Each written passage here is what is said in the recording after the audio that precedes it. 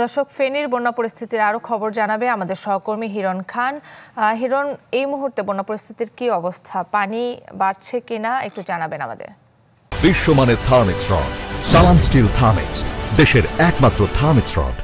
দেখুন, গতকাল আমি ফুলগাজী এবং পরশুরাম এই এলাকাতে গিয়েছিলাম এবং এই জায়গাটি থেকে কেন লাইভ করা হচ্ছে, কারণ ফেনীর কোনো জায়গায় আসলে নেটওয়ার্ক নাই, অনেকটা দূরে এসে আমাদেরকে লাইভ করতে হচ্ছে। ভিতরে প্রবেশ করেছিলাম এবং পরশুরাম ফুলগাজী প্রতিটি এলাকায় কিন্তু এখনও পানিবন্দী রয়েছেন মানুষ। প্রায় 12 থেকে 13 ফিটের মতো পানি অনেকটা জায়গায় রয়েছে এবং আশপাশে যারা সাধারণ মানুষ রয়েছেন তারা কিন্তু এখনও দুর্ভোগের মধ্যে রয়েছেন। এবং ফুলগাজী এবং পরশুরাম এই এলাকায় যারা বাসিন্দারা রয়েছেন তাদের ভাগ্যে কি ঘটেছে এখন পর্যন্ত কিন্তু জানা যাচ্ছে না।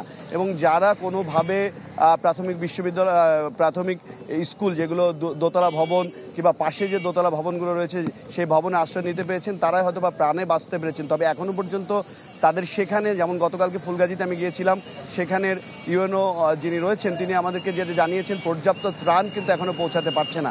এবং সবথেকে উদ্বেগের বিষয় হচ্ছে যে শহর থেকে যে ফুলগাজীতে ত্রাণ নিয়ে যাবে সেই ত্রাণ নিয়ে যাওয়ার মতো অবস্থা কিন্তু এখন নেই। অনেক জায়গায় পানি আছে, অনেক জায়গায় পানি নেই। স্পিড বোটে আসলে সেখানে যে পৌঁছানো সম্ভব হচ্ছে না ত্রাণ যারা নিয়ে আসছেন বিভিন্ন জায়গা থেকে। এবং আরেকটা বড় বিষয় হচ্ছে এই যারা সাধারণ মানুষ আছেন, যাদের পরিবাররা ওখানে আটকা পড়েছেন এবং যারা ওই এলাকার বাইরে থাকেন, তারা কিন্তু এসে জড়ো হচ্ছেন ফুলগাজী সদরে, যার কারণে এই ফুলগাজী সদর পুরো এলাকা জুড়ে কিন্তু একটা দুর্ভিক্ষ এবং অস্থির পরিস্থিতি আসলে বিরাজ করছে। এবং আজকে শুধুমাত্র গতকাল রাত থেকে সদরের কিছু কিছু জায়গায় কারেন্ট এসেছে এবং বিদ্যুৎ এসেছে এবং ইন্টারনেট দু একটি জায়গায় এসেছে, কিন্তু মূল যে জায়গাগুলোতে বন্যা হয়েছে সেই জায়গাগুলোতে কিন্তু এখনও পর্যন্ত ইন্টারনেট সেবা আসেনি। এই ছিল এখান থেকে সর্বশেষ তথ্য।